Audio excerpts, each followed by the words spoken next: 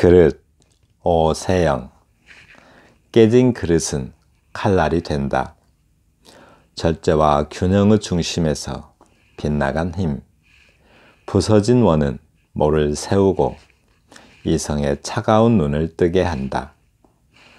맹목의 사랑을 노리는 사금팔이여, 나는 지금 맨발이다. 베어지기를 기다리는 살이다. 상처 깊숙이서 성숙하는 혼. 깨진 그릇은 칼날이 된다. 무엇이나 깨진 것은 칼이 된다. 다음 시입니다. 볼프강 모차르트의 편지. 김용범. 금잔한 묘송이를 잘게 흔드는 바람에다 선명한 악센트를 찍어요. A라는 단모음 하나가 튕겨나와 부러진 햇살로 반짝이는 아침. 빈컵 하나가 빈 채 놓여있는 탁자. 흐린 우유 한 컵. 당신이 사랑하는 물방울 몇 개. 혹은 좀 더 빠른 박자의 사랑을 아세요. 좀 더 빠른 박자의 캐스터네츠. 뚜뚜 감정 같은 통화 신호가 울릴 때 당신이 숨죽이며 기대하는 사랑하는 여자의 목소리. 혹은 물방울 몇 개. 밥풀꽃 몇 개. 세 번째 시입니다. 그리움. 김완화. 저 산은 그대로 있는 것이 아니네. 산으로 서기 위해 저 절벽도 이 강물 속으로 무시로 무너져 내리곤 하네. 그것은 다만 우리가 알지 못할 뿐 안개에 쌓인 새벽녘 산과 강이 은밀히 뒤엉켜 누웠다가 후두둑 깨어나곤 하지. 그때 산은 젖은 어깨 흔들어 온 산에 풀잎에 잇을 맺힌다네. 그때마다 나무들 일제히 힘차게 강물 쪽으로 뿌리를 뻗는다네. 그 뿌리의 힘으로 산은 서 있네. 네. 복습 내용은 없고요. 이번 영상에서는 시의 중간과 마무리에 대해서 알아봅니다. 1단 구성이나 2단 구성, 즉 짧은 시는 중간 부분이 생략되었다고 보는 것이 보통이다. 대부분 좀 시작되고 나서 두 번째 마무리 단계에서 어떤 그 주제의식을 다 드러내죠. 그러므로 중간에 대한 고민보다는 시적 대상의 핵심을 어떻게 짚어내느냐가 성패의 관건이다. 그러나 3단 이상의 구성에서는 중간을 어떻게 하느냐가 시의 묘미와 깊이에 영향을 미친다. 네, 중간과 마무리. 네, 잠시만요.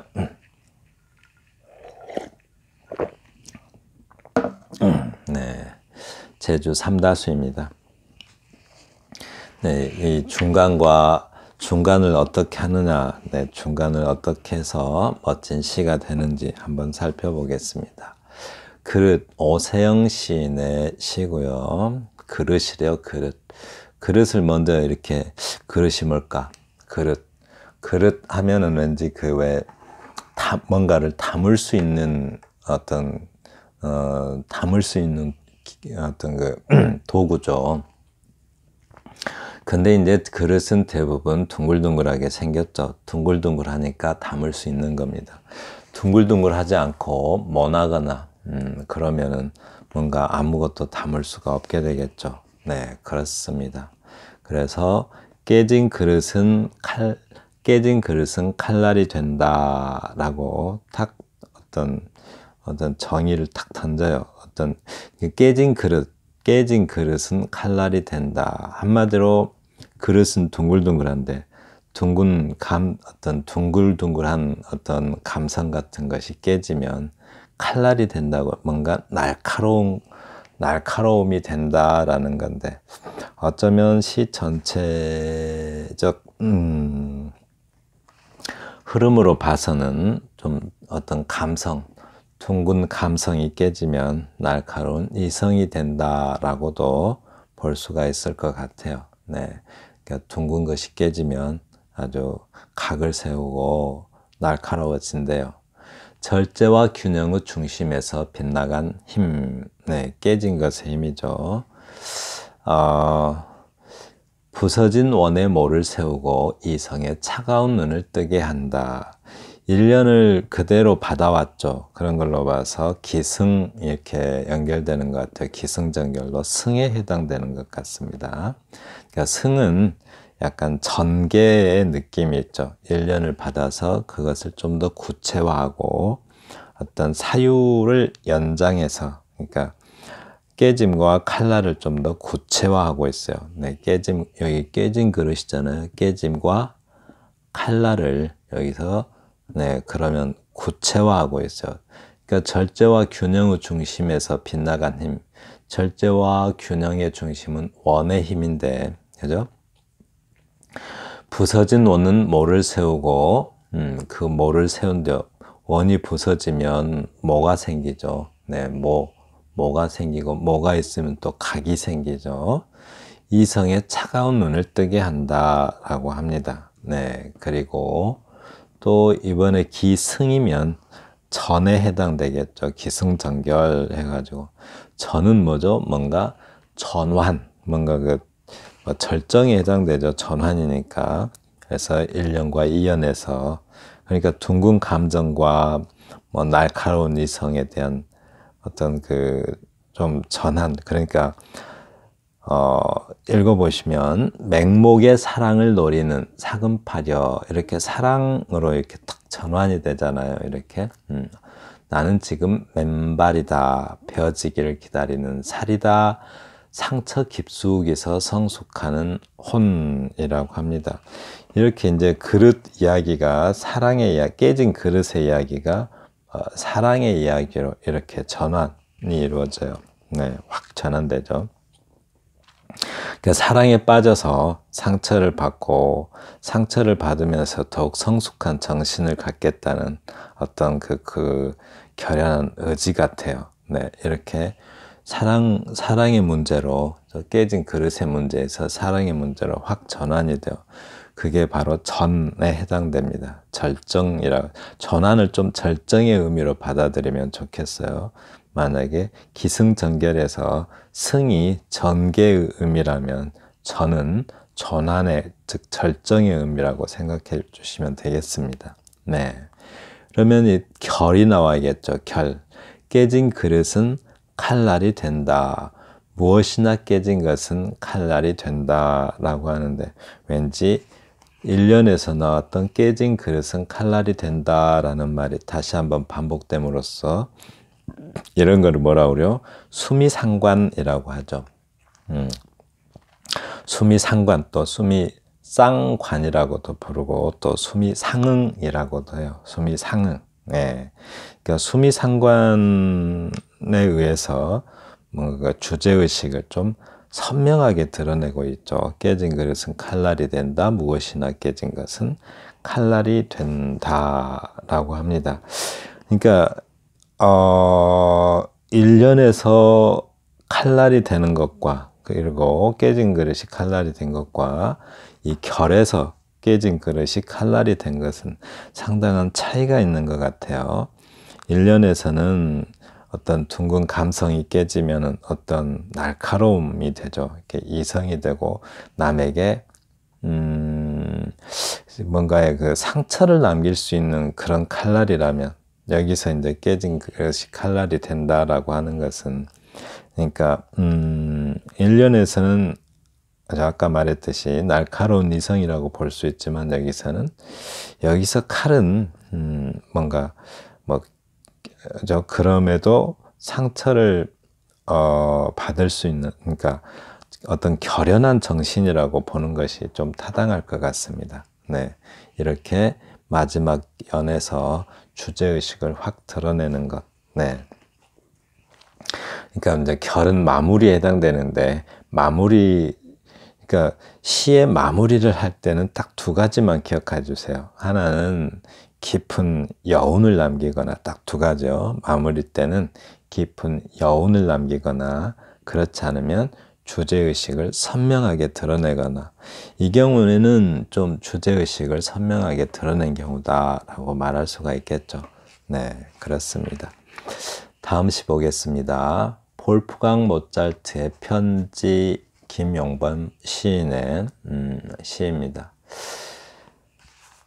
금자나 몇 송이 잘게, 먼저 시를 한번 다시 읽어볼게요. 금자나 몇 송이 잘게 흔드는 바람에다 선명한 악센트를 찍어요. A라는 단모음 하나가 튕겨나와 부러진 햇살로 반짝이는 아침, 빈 컵 하나가 빈 채 놓여있는 탁자. 제가 톡톡 쉬죠. 이렇게 톡톡 쉬고 있어요. 흐린 우유 한 컵, 당신이 사랑하는 물방울 몇 개, 혹은 좀 더 빠른 박자의 사랑을 아세요? 좀 더 빠른 박자의 캐스터네트, 뚜뚜, 감정 같은 통화 신호가 울릴 때 당신이 숨죽이며 기대하는 사랑하는 여자의 목소리, 혹은 물방울 몇 개, 바쁠꽃 몇 개라고 합니다. 이 경우는 딱 봐도 지금 보시면은 뭐뭐 해요라고 좀 공손한 어조가 있죠. 이렇게 뭐뭐 해요, 또 여기 뭐뭐 해요라고 이렇게 공손한 어조가 있어요. 그리고 나머지는 전부 다 명사 구로 끝납니다. 명사형이죠. 명사형으로 톡톡 끝나요. 이렇게 A라는 단모음 하나가 튕겨나와 부러진 햇살로 반짝이는 아침 하고 명사로 끝났죠. 이렇게 명사로 이렇게 톡 끝났다기보다는 병치됐다라고 하면 되겠습니다. 이 명사가 아침 하나가 병치되고, 그리고 빈컵 하나가 놓여있는 탁자하고 이렇게 또 탁 명사로 이렇게 병치가 돼요. 이렇게. 그리고 한 컵 명사, 그리고 계속 명사가 나와요. 그러다가 아세요 한번 또 이렇게 공손한 어조로 좀 공손한 어조로 한 문장이 끝나요. 그리고 또 계속 명사형이 계속해서 병치됩니다. 그러니까 이렇게 다 명사, 예를 들어서 이렇게 좀 바꿔보시면 이 뭐뭐 해요도 없고, 또 여기도 뭐뭐 하세요가 없다면 다 명사형으로 병치가 되겠죠. 그러면은 그렇게 시를 써놓으면 대단히 딱딱하고 생경한 느낌을 주겠죠. 그래서 너무 딱딱해지는 것을 예방하기 위해서 이렇게 조절한다고 할까요? 너무 딱딱한 어조, 그러니까 생경한 어조가 되는 것을 조절하기 위해서 이렇게 공손한 어조를 중간에다, 처음에다, 그리고 중간에다 넣어뒀다라고 합니다. 네. 그리고 이제 이런 어떤 약간 이미지잖아요. 이미지 위주의 시. 그러니까 아침의 이미지를 모차르트 악보에 얹어서 표현한 듯한데, 이런 이미지 위주의 시에는 바로 이런 어조를 조심해야 되네. 어조에 신경 써야 된다라고 할 수가 있습니다. 네, 그래서 또 여기도 명사형으로 마무리가 돼요. 그래서 이런 너무 이렇게 딱딱한 어조를 공손한 어조가, 이렇게 공손한 어조가 조절하는 기능을 할 수가 있다라는 것을 생각하시면 되겠습니다. 자, 금자나 몇 송이를 잘게 흔드는 바람에다 선명한 악센트를 찍어요. 네, 참 표현 멋집니다. 이렇게. 근데 이제 이런 표현을 쓰려고 한다면 금자나를 또 알아야겠죠. 금자나는 약간 코스모스처럼 생겼는데 빛깔이 황금빛입니다. 금자나, 황금빛인데, 근데 약간 태양 이미지가 있어요. 아침에 떠오르는 태양 이미지가 있어서 몇 송이에 그런 금자나 몇 송이를 잘게 흔드는 바람에다 선명한 악센트를 찍는다라고 합니다. 바람은 지금 그 제목이 볼프강 모차르트의 편지잖아요. 편지는 전하는 말이죠. 그래서 이 바람이라는 것은 어쩌면 악보의 그 오선인 것 같아요. 오선. 네. 그 오선에다가 어떤 악센트를 찍으면 뭐가 돼요? 네. 하나의 악보가 되겠죠. 음표라고 할까요? 네. 오선에다가 악센트를 찍으면 음표가 되고 하나의 악보가 됩니다. 아라는, 즉 A를 아라는 감탄사 비슷하게 찐 것 같아요. A라는 단모음 하나가 튕겨나와 부러진 햇살로 반짝이는 아침. 네, 아침의 이미지를 이렇게 표현하고 있어요. 네. 그러니까 어떤 이렇게 단모음 하나가, 아라는 단모음 하나가 튕겨나와 부러진 햇살로 반짝이는 아침이라고 하는데, 뭔가에 좀 빈 컵 같은 것에 반사된 그런 아침을 표현한 것 같아요. 그리고 빈 컵 하나가 빈 채 놓여있는 탁자, 계속 이어지고 있죠. 이렇게. 네, 탁자 이미지를 또 이렇게 표현하고 있습니다. 빈 컵 하나가 빈 채 놓여있는 탁자래요. 탁자가 있고, 또 흐린 우유 한 컵. 네, 흐린 우유 한 컵이 있고, 당신이 사랑하는 물방울 몇 개, 혹은 좀 더 빠른 박자의 사랑을 아세요 라고 합니다. 또 박자 나오니까 또 뭐가 나와요? 박자를 맞추는 좀 더 빠른 박자의 캐스터네츠. 네, 캐스터네츠는 그 짹짹이라고 하나요? 짝짝이라고 하나요? 이렇게 음악 약간 두 개 달려가지고 탁탁 이렇게 치는 거 있죠. 그 일종의 악기인데. 또 뚜뚜, 그러니까 캐스터네츠의 그 박자 이미지를 가져와서 또 뚜뚜 감정 같은 통화 신호로 이렇게 또 이어가고 있어요. 이렇게 통화 신호로. 그 다음에 또 계속 이어져요. 이렇게 통화 신호로 올릴 때 당신이 숨죽이며 기대하는 사랑하는 여자의 목소리, 그리고 이번에 또 여자의 목소리로 이어집니다.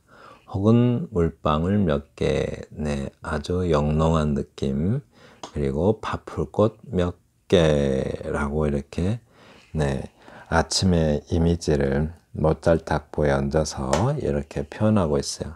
네, 바로 이 내용이 볼프강 모차르트의 편지다라고 네, 말하고 있습니다. 그러니까 이런 걸 아느냐라고 묻고 있는 거죠. 근데 여기 파풀꽃이라는 꽃이 또 있죠. 이 금잔화.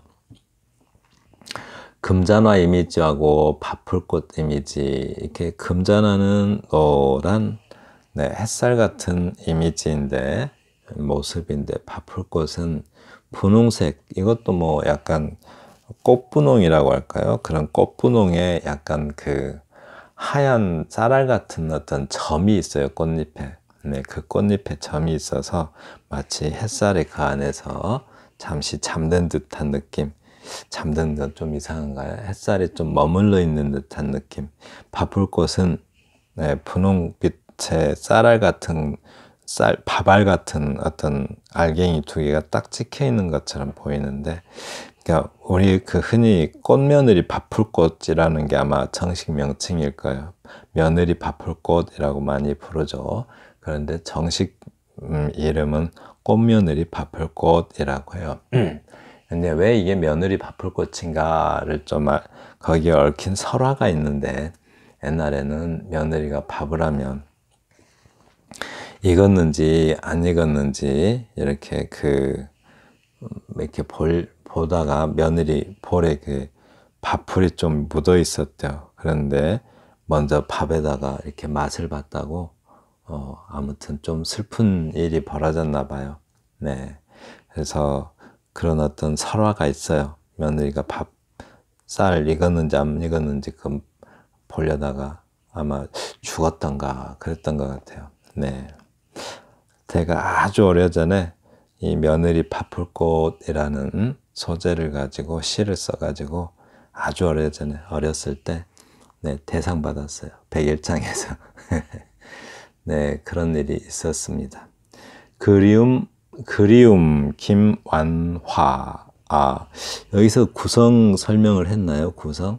너무 이렇게 명사형으로 딱딱하게 병치될 때는 이렇게 이렇게 공손한 어조로 그 강도를 조율할 수가 있다라는 점을 기억하시면 되겠습니다. 그리고 그리움 김완화 시인의 시입니다. 그리움인데요. 잠시만요.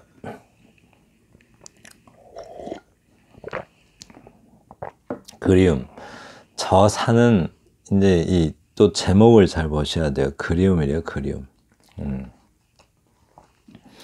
저 산은 그대로 있는 것이 아니네. 일단 탁 그대로 있는 것이 아니네 하면서 호기심을 자극하는 데는 성공했죠. 이렇게 그럼 뭔데? 하고 우리는 산이 그냥 거기 있다라고 생각하는데, 그죠? 저 산은 그대로 있는 것이 아니네 라고 합니다. 아무튼 한마디 탁 던지면서 시작을 해요. 처음 시작을. 그러니까 눈에 보이는 게 전부가 아니다 라고 말하고 있죠. 네. 산으로 서기 위해 저 절벽도 이 강물 속으로 무시로 무너져 내리곤 하네 라고 합니다. 저 산이 저렇게 서려고 저 절벽도 네, 무시로 시도 때도 없이 계속 무너져 내리곤 하네 합니다. 그것을 다만 우리가 알지 못할 뿐, 그것을 우리가 다만 알지 못할 뿐 안개에 쌓인 새벽녘 산과 강이 은밀히 뒤엉켜 누웠다가 후두둑 깨어나곤 하지. 그때 산은 젖은 어깨 흔들며 온 산에 풀잎에 이슬을 맺는다네. 산이 풀잎에다 이슬을 맺는데요. 그러니까 첫 안행 여기서 보시면 이거를 이제 시작 부분으로 보신다면, 처음 보는 부분으로 보신다면 이 부분을 중간 부분, 기승전결로 따지면 승에 해당되는 거겠죠. 구체적으로 전개를 하는 부분, 이렇게 보면은 전개를 하는 부분이라고 볼 수가 있죠. 그러니까 지금 산과 새벽, 강, 또 엉키고 또 후두둑 깨어나고 또 풀잎에 이슬을 맺고 이런 것들. 그러니까 추상적인 관념, 그러니까 그리움이라는 것은 우리가 감각할 수 없는 관념이잖아요. 그러니까 관념이라는 것은 눈으로 보거나 손으로 만져볼 수 있는 게 아니라 생각으로만 이해할 수 있는 대상, 이것을 관념이라고 하죠. 그리움이라는 것은 바로 그런 관념인데, 그런 눈에 보이지 않는 관념을 눈에 보이게끔 시각화해서, 즉 구체적으로 형상화한 거죠. 이렇게. 그러니까 그리움의 생김새, 그리움이 어떻게 생겼는지, 또 그리움이 어떤 일을 하는지, 어떤 행동을 하는지를 이렇게 구체적으로 보여주고 있습니다. 이렇게. 네, 그리움이라는 게 바로 이렇게 해서 산처럼 생긴다라는 거죠. 네. 그때마다 나무들 일제히 힘차게 강물 쪽으로 뿌리를 뻗는다네. 여기서 이제 뭔가 이렇게 힘차게 강물 쪽으로 뿌리를 뻗는다네 라고 하는데, 그리움이 왜 어떤 산처럼 탁 버티고 서는지, 그러니까 그리움이 탁 버티고 서 있는 그 이유를 이렇게 탁 말해주고 있죠. 네, 좀 기승전결로 치면은 좀 절정에 해당한다고 할까요? 절정? 네, 발단, 전개, 절정, 결말로 나누면 좀 절정에 해당한다라고 할 수가 있겠습니다. 그리고 그 뿌리의 힘으로 산은 서 있네. 네, 이 부분이 이제 마무리, 결말로 볼 수 있는데, 바로 그 뿌리의 힘으로 산은 서 있다라고 주제의식을 드러내고 있죠. 네, 이것도 마찬가지로 이건 이제 아까 그 수미상관, 뭐 수미쌍관, 수미상응이라는 말을 썼었잖아요. 이게 저 산은 그대로 서 있는 것이 아니네 라고 했는데, 그것에 대한, 그것으로 바로 이어지는 듯, 즉 응답하는 느낌. 어떻게 서 있어요? 그러면 그 뿌리의 힘으로 산은 서 있네 라고 답변을 하는 것 같죠. 응답을 하는 것 같아요. 그래서 수미상응이라고 표현하는 것이 더 맞을 것 같습니다. 그리움이라는 게 어떤 산이 서 있는 것 같은 그런 이치라는 거죠. 네. 산이 서 있는 방법은 어땠어요? 이 중간에서 다 나와 있었죠. 네, 그렇습니다. 다음 순환선이라는 시 하나 보겠습니다. 순환선. 순환선은 계속 돌아가는 거죠. 네, 계속 순환하는 그 원처럼 순환선인데, 볼까요? 순환선은 어떤 처음과 끝이 있는 것이 아니고 계속 돌고 도는 게 이제 순환선인데, 그죠? 2호선 지하철역처럼, 아니 2호선 지하철처럼 계속 돌아요. 네, 한번 보겠습니다. 사랑을 위해 산다고 생각한 적이 있었네. 삐걱이며 길을 가 언젠가 닿을 종착역이 사랑이라는 이름의 여길이라. 스스로 달래며 그 밝고 따스한 땅에 내연의 불길에 다른 열차, 다른 내 열차. 다스리기 버거운 몸을 부리고 입김 칙칙 뿜으며 오래 머물 집을 지으려 하였네. 네, 이렇게 말하고 있습니다. 그러니까 여기까지 볼까요? 여기까지 보시면 사랑 지금 점점 강해지고 있죠. 사랑을 위하여 산다고 생각한 적이 있었네. 삐걱이며 길을 가 언젠가 닿을 종착이 사랑이라는 이름의 여길이라. 네, 스스로 달래며 그 밝고 따스한 땅에 내연의 불길 다른 내 열차. 다스리기 버거운 몸을 부리고 입김 칙칙 뿜으며 오래 머물 집을 지으려 하였네. 그러니까 순환선인지 몰랐던 것이죠. 그러니까 사는 거, 어떤 그 삶에 목적지가 있는 듯, 그 목적지는 마치 사랑인 듯, 그렇게 생각하면서 아주 이 오래 머물 집을 지으려 했었다고 합니다. 네. 그러나 나의 길은 순환선. 네. 그렇게 어딘가 어떤 사랑이라는 목적지가 삶의 목적이 사랑인 것처럼, 즉 사랑에 도달하려는 것처럼 그렇게 살아왔는데, 그러나 나의 길은 그런 직선이 아니고 그냥 목적지가 있는 그런 열차가 아니고, 목적지가 있는 그런 열차가 아니고 순환선이었다고 합니다. 자기의 길은. 네. 그러나 나의 길은 순환선, 기억 못할 정거장을 거듭 도는 날들이여. 이렇게 이제 이 부분 좀 특히 잘 봐놓으셔야 돼요. 이렇게. 그러나 나의 길은 순환선, 기억 못할 정거장을 거듭 도는 날들이여. 뭔가 마치 결말, 그러니까 어떤 여운을 남기면서 글을 끝맺는 그런 결말처럼 보이죠. 그죠? 기억 못할 정거장을 거듭 도는 날들이여. 그러니까 그러고 또 이렇게 나와요. 무거운 산소를 나눠 마시며 또 갑니다. 이렇게. 네. 무거운 산소를 나눠 마시며 동행하는 이는 적지 않아. 계속 또 철로 위에 있죠. 이렇게. 네, 철로 위에 있어요.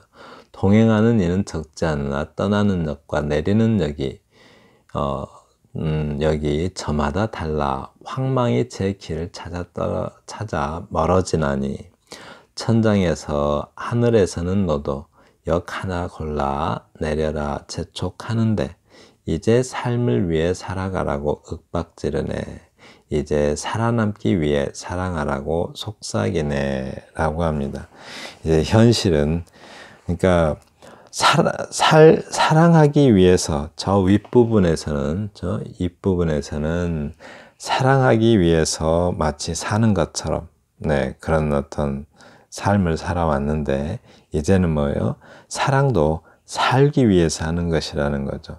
그러니까 삶과 사랑의 우선순위가 좀 약간 어떤 과거, 이렇게 생각하면 돼. 과거의 생각과 반대임을,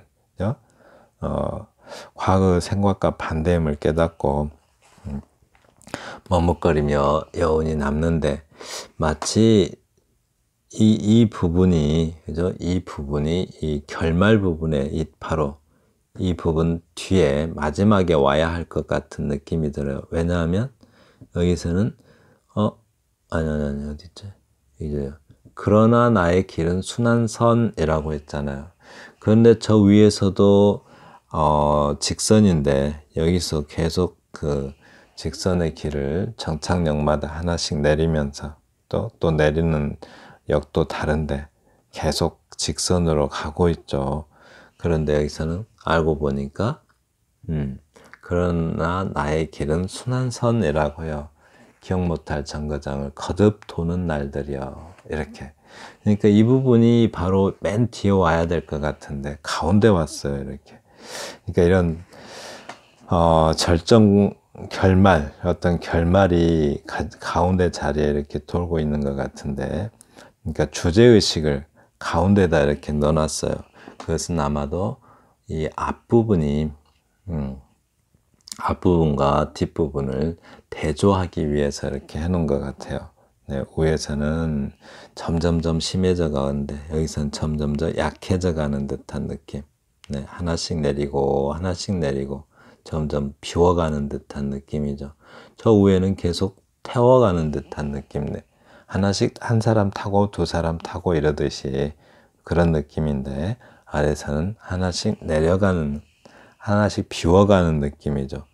네, 그래서 가운데다가 이렇게 결말 부분을 가운데 넣은 것 같습니다. 네, 이런 구성도 쓸 수 있다라는 것입니다. 네, 그렇습니다. 네, 지금까지 들어주셔서 감사합니다. 네, 다음 영상에서 또 뵙겠습니다. 감사합니다.